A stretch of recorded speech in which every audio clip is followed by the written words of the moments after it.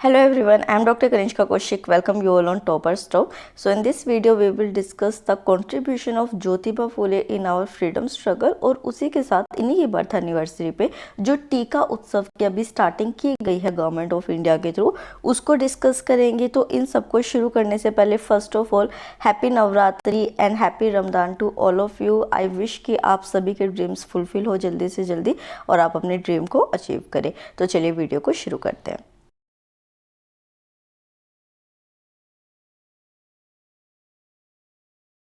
तो देखिए शुरुआत ही हमने जिससे करी टीका उत्सव की, ये है क्या, जैसे देखना है कि अभी फेस्टिवल सीजन कंट्री के अंदर शुरू हो चुका है तो उसी को लेके उत्सव क्या होता है, इट इज़ फेस्टिवल। टीका क्या होता है, जो इंजेक्शन होता है, वैक्सीनेशन होती है, उसको एक लेमन लैंग्वेज में टीका कहा जाता है। तो टीका उत्सव क्या है, बेसिकली कि पूरी कंट्री के अंदर जो हेल्थ मिनिस्टर है उन्होंने ये एम रखा है कि 1.5 मिलियन पीपल को वैक्सीनेट किया जाएगा और ये जो 5.5 मिलियन पीपल वैक्सीनेट किए जाएंगे वो 4 डे वैक्सीनेशन फेस्टिवल में किए जाएंगे, जिसको शुरू किया जा रहा है ज्योतिबा फुले की बर्थ एनिवर्सरी से। ठीक है, तो यहाँ पे बट क्या इश्यू हुआ है कि ये एम तो रख दिया बट हमें पता है कि शॉर्टेज जो है वो वैक्सीन की हमारी कंट्री के अंदर हो चुकी है। इस वजह से कई जगह ये भी कहा जा रहा है कि जो वैक्सीन है आप उनको एक्सपोर्ट करना बंद कर दीजिए दूसरी कंट्रीज़ के अंदर, क्योंकि हमारी कंट्री के अंदर ही कमी हो रही है। तो वैक्सीन की कमी की वजह से जो स्टेट्स है उसके अंदर वैक्सीनेशन प्रोग्राम ये पूरा नहीं हो पाया फर्स्ट डे ऑफ फेस्टिवल से ही, जिसकी वजह से मतलब कि प्रॉब्लम आ गई है।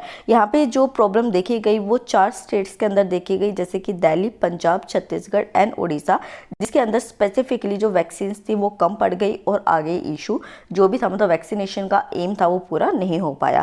तो यहाँ पे देखिए टीका उत्सव को कब शुरू किया गया, 11 अप्रैल को शुरू किया गया। कितने डेज का ये है, 4 डेज का है। महात्मा ज्योतिराव फुले के बर्थडे से इसको शुरू किया गया था और बाबा साहब अम्बेडकर जी जो है 14 अप्रैल 2021 को जब उनकी बर्थ एनिवर्सरी है तब इसको ख़त्म किया जाएगा। तो 4 दिन का ये फेस्टिवल है। अब जो बात आती है वो आती है ज्योतिराव फुले के बारे में, क्योंकि इनसे रिलेटेड इतने सारे आपके प्रीलिम्स के पॉइंट है। हालांकि मैंने एक कंबाइंड वीडियो में आपको पहले भी इस चीज़ के बारे में बता रखा है बट यहाँ पे कुछ एडिशनल पॉइंट्स में लेके आई हूँ और एक स्पेसिफिक पर्सनैलिटी के बारे में आपको पता होना चाहिए। तो देखिए ज्योतिराव फुले जो थे वो एक इंडियन सोशल एक्टिविस्ट थे, थिंकर थे और एक एंटी कास्ट सोशल रिफॉर्मर थे। जो कि मतलब कि एंटी कास्ट क्या हुआ करता था कि उस टाइम में हम सभी को पता है कि जो डिप्रेस क्लासेस हुआ करती थी उनके साथ बहुत सारा डिस्क्रिमिनेशन किया जाता था। तो यहाँ पे जो सोशल एक्टिविज्म इन्होंने फॉलो किया वो एंटी कास्ट मूवमेंट के लिए किया। और देखिए इनका जो रियल नेम था वो ज्योतिराव फुले था बट इनको कभी कभी ज्योतिबा फुले के नाम से भी जाना जाता था, तो दोनों ही नाम उनके हैं। ठीक है, नेक्स्ट अगर बर्थ की बात करते हैं तो महाराष्ट्र में इनका जन्म हुआ था एक माली कास्ट में, जो कि गार्डनर्स की या फिर जो वेजिटेबल फार्मर्स होते हैं उनकी कास्ट होती है और उस टाइम में उनको अच्छा नहीं माना जाया करता था। तो 11 अप्रैल 1827 में इनका महाराष्ट्र के अंदर जन्म हुआ। एजुकेशन की अगर बात करते हैं तो 1841 के अंदर आपको सिर्फ स्कूल का नाम याद रखना है यहाँ पे कि स्कॉटिश मिशनरी हाई स्कूल जो पुणे के अंदर था उसमें ये एनरोल हुए और इन्होंने अपनी पढ़ाई पूरी की। आइडियोलॉजी की अगर बात करते हैं तो देखिए अगर हम एंटी कास्ट की बात करें तो एंटी कास्ट में क्या हो रहा है, वो इक्वालिटी की डिमांड कर रहे हैं। तो इक्वालिटी किससे आपकी जो है एसोसिएट हो जाती है, एगलिटरियनिज्म के साथ। एगलिटरियनिज्म क्या होता है, बेसिकली ये एक ऐसा प्रिंसिपल होता है जिसमें कि इंसान ये बात फॉलो करता है कि हर कोई इंसान जो है चाहे वो किसी भी धर्म, कास्ट, कम्युनिटी का है, उसको इक्वल ट्रीट होने का पूरा हक है। ये थ्योरी है, तो ये वाला पॉइंट आपको याद रखना है। उसी के साथ वो सोशलिज्म की आइडियोलॉजी और लिबर्टी की आइडियोलॉजी को भी फॉलो किया करते थे। फुले जो था उनका जो सबसे पहला इन्फ्लुएंस उनके ऊपर पड़ा था तो थॉमस पेन्स जो थे वो एक उन्होंने बुक लिखी थी जिसका नाम था द राइट्स ऑफ मैन। तो ये बुक का नाम आपको याद रखना है कि the rights of man book थी जिनका फुले के ऊपर मेन इम्पैक्ट रहा था, जिसकी वजह से जो बाद में उन्होंने ये देखा था कि देखिए आप जो वीमेन और जो लोअर कास्ट के मेंबर्स के साथ कर रहे हैं वो एक तरीके से बुरी चीज़ें हैं, इविल्स है, जिसको कि हमें ख़त्म करना सोसाइटी से ज़रूरी है। ठीक है, उसके बाद मेजर पब्लिकेशन की बात करते हैं, ये तो प्रीलिम्स के लिए बहुत बहुत इंपॉर्टेंट है। तो यहाँ पे तृतीय रत्ना जो है वो 1855 में इन्होंने की थी। एक चीज़ आपको और याद करनी है कि मैच ऑफ द फॉलोइंग के जो क्वेश्चंस होते हैं वो एग्जाम में देखे जाते हैं, तो आपको ईयर वाइज जो है वो याद रखना है, क्योंकि देखिए चाहे आप यूपी पीसीएस के लिए, स्टेट पीसीएस के लिए, ईपीएफओ के लिए, यूपीएससी आईएएस के लिए जा रहे हैं, फैक्ट बेस्ड क्वेश्चंस अब ज़्यादा से ज़्यादा पूछे जाते हैं यहाँ पे, ठीक है। तो आपको याद रखना है, क्या करेंगे आप कि एक टेबल बना लेंगे, यहाँ पे जो है ईयर लिख लेंगे और उसी के साथ यहाँ पे पब्लिकेशन लिख लेंगे। ये नहीं हो सकता कि एक ही मतलब कि जो राइटर है, जैसे ज्योतिबा फुले की हम बात कर रहे हैं, कि बस उन्हीं की पब्लिकेशन दे दे और किसी की पब्लिकेशन भी दी जा सकती है, बस आपको क्रोनोलॉजी याद होनी चाहिए कि कौन सी पहले लिखी गई थी।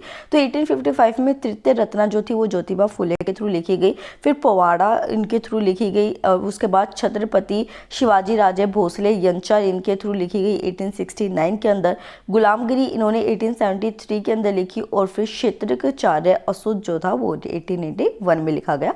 तो सारे पब्लिकेशन आप याद रखेंगे। उसी से साथ की कौन सी उनकी एसोसिएशन थी, मोस्ट फेमस एसोसिएशन जो उनकी थी, जो उनके फॉलोअर्स के साथ मिलकर उन्होंने फॉर्म की थी, दैट इज सत्यशोधक समाज इन 1848, मतलब कि सीकर्स ऑफ ट्रूथ, मतलब कि जो सच्चाई में विश्वास रखते हैं और सच्चाई को फॉलो करते हैं, ठीक है।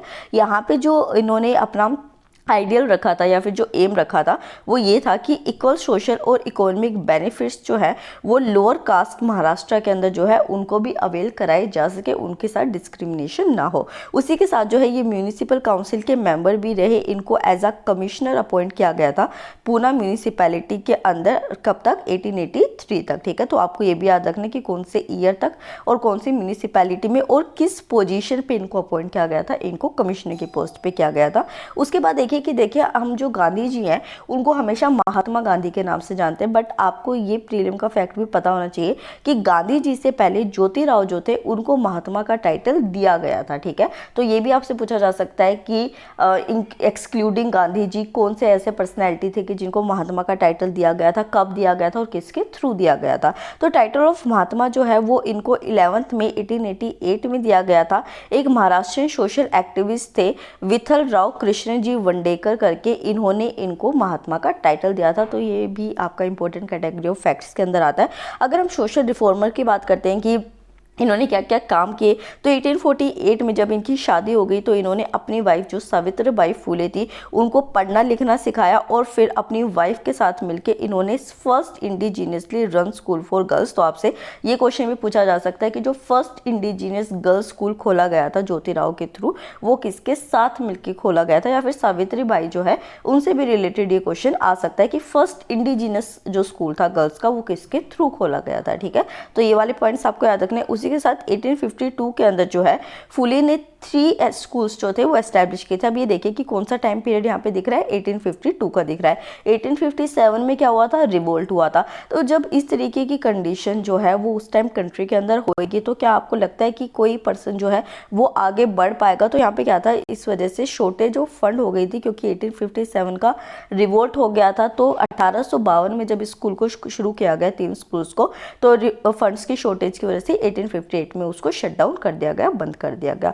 ज्योतिबा जो थे उन्होंने ये रियलाइज़ किया कि जो उस टाइम में सोसाइटी के अंदर जो विडोज़ हुआ करती थी उनकी हालत जो थी वो बहुत बुरी थी ना, उनको फैमिलीज़ के थ्रू एक्सेप्ट किया जाता था और उनको बहुत तरीके से मिस ट्रीटमेंट उनके साथ किया जाता था। तो इस वजह से ज्योतिबा जो फुले थे उन्होंने एक आश्रम को एस्टेब्लिश किया था यंग विडोज़ के लिए, और उसी के साथ जो है विडो रीमैरिज के इन्होंने एडवोकेसी की थी कि एक विडो जो है उसको भी हक है दोबारा शादी करने का। उसी के साथ जो ज्योतिराव थे उन्होंने ऑर्थोडॉक्स ब्राह्मण्स जो थे और अदर अपर कास्ट थी उनको हाइपोक्रेट का टर्म दिया था। ये भी आपका प्रीलिम का इंपॉर्टेंट पॉइंट है कि कौन सा ऐसा पर्सन था जिसने कि अपर कास्ट को या ऑर्थोडॉक्स ब्राह्मण को हाइपोक्रेट्स कहा था, मतलब कि जो कहते हैं ना दोगला, उसको कहा गया था, ठीक है। नेक्स्ट आता है 1868 में ज्योतिराव जो थे उन्होंने एक कॉमन बाथिंग टैंक जो था वो अपने घर के बाहर बनवाया था, क्योंकि वो ये दिखाना चाहते थे कि देखिए एक अगर कोई पब्लिक प्लेस है, क्योंकि देखिए उस टाइम क्या होता था कि जो पब्लिक प्लेसेस होते थे वहाँ पे डिप्रेस क्लासेस को नहीं जाया मतलब कि अलाउ किया था कि आप जाइए वहाँ पे। तो यहाँ पे बाथिंग टैंक इनके थ्रू 1868 में बनाया गया। अगेन आपको ईयर याद रखना है, क्रोनोलॉजी याद रखनी है, ये एटीट्यूड दिखाने के लिए कि सभी ह्यूमन बींग जो है वो एक साथ है, और वो हमेशा ये कोशिश करते थे कि सभी एक साथ बैठ के खाना खाए अपनी कास्ट को भूल के, ठीक है। तो ये वाला पॉइंट भी याद रखना है, बाथिंग टैंक वाला। और उसी के साथ जो है यहाँ पे लास्ट पॉइंट कि उन्होंने जो एक अवेयरनेस कैंपेन शुरू किया था, जो अवेयरनेस कैंपेन इन्होंने शुरू किए थे बाद में महात्मा गांधी और जो डॉक्टर BR अम्बेडकर थे उन्होंने उसी को फॉलो करना शुरू किया था, और जिससे कि कास्ट डिस्क्रिमिनेशन थिएटर एंड हो पाई थी। ठीक है, तो ये वीडियो आपको कैसी लगी मुझे ज़रूर बताइएगा। Give a thumbs up to video and channel को सब्सक्राइब कीजिएगा। Thank you so much.